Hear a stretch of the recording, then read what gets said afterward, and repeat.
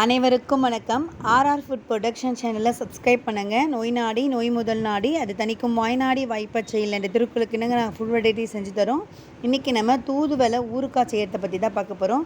தூதுவளையில் நிறைய பெனிஃபிட்ஸ் இருக்குது. அது இலை, பூ, காய் எல்லாமே நிறைய பெனிஃபிட்ஸ். சளி, இருமலை முற்றிலுமாக குணப்படுத்தக்கூடியது இந்த தூதுவளை. இதில் இருக்க இந்த முள்ளை முதல்ல ஆஞ்சி எடுத்துட்டு அதுக்கப்புறம் இதில் நம்ம ஊறுகாய் செய்ய போகிறோம். எப்படி எடுக்கிறோன்னு பாருங்கள்.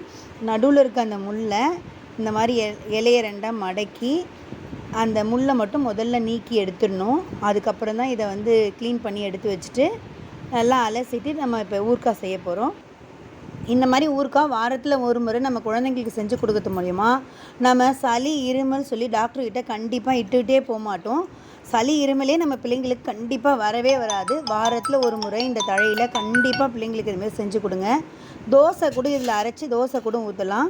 இதை நல்லா கழுவி எடுத்து வச்சுக்கிட்டோம். இப்போ எண்ணெய் ஊற்றி ஒரு 6 காஞ்ச மிளகாய் அந்த அளவு போட்டுக்கிட்டேன்.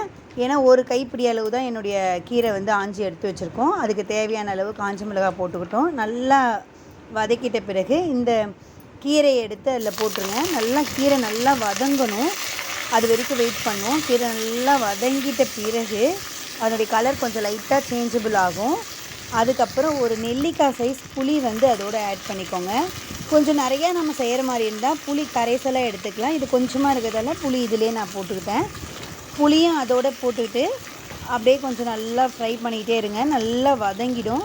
இதை வதங்கின பிறகு எடுத்து ஆற வச்சுட்டு அதுக்கப்புறம் நம்ம மிக்சியில் அரைக்கலாம். கண்டிப்பாக இதை பிள்ளைங்களுக்கு வாரத்துக்கு ஒரு முறை கண்டிப்பாக செஞ்சு கொடுங்க. சளி, இருமலே கண்டிப்பாக அந்த குழந்தைங்களுக்கு இருக்காது. நம்ம டாக்டர்கிட்டக்கு இட்டுட்டு போக மாட்டோம். இதை அரைச்சி எடுத்து வச்சுப்போம். இப்போ தனியாக ஊறுகாய்க்கு தேவையான எண்ணெயை ஊற்றி கொஞ்சம் கடுகு அதோடு போடுங்க. கடுகு நல்லா பொரிஞ்ச பிறகு நம்ம அரைச்சி வச்சுருந்த அந்த விழுதை அதோடு சேர்த்துப்போம். இப்போ நல்லா நம்ம எவ்வளோ எண்ணெய் ஊற்றணுமோ அவ்வளோ எண்ணெயும் மேலே நல்லா மிதங்கி வர அளவுக்கு அந்த ஊறுகாவை நல்லா நம்ம என்ன பண்ணணும், வதக்கணும். அப்போ தான் ஊறுகாய் ஒரு 3 மாதம் அளவுக்கு கெடாமே இருக்கும். நம்ம தேவையான அளவு உப்பு அதோடு சேர்த்து தான் அரைச்சி எடுத்து வச்சுருக்கோம். இதில் எந்த விதமான கெமிக்கலும் நம்ம ஆட் பண்ணல. இப்படி நீங்கள் செஞ்சு எடுத்து வச்சிங்கனாலே அது கெடாமல் இருக்கும்.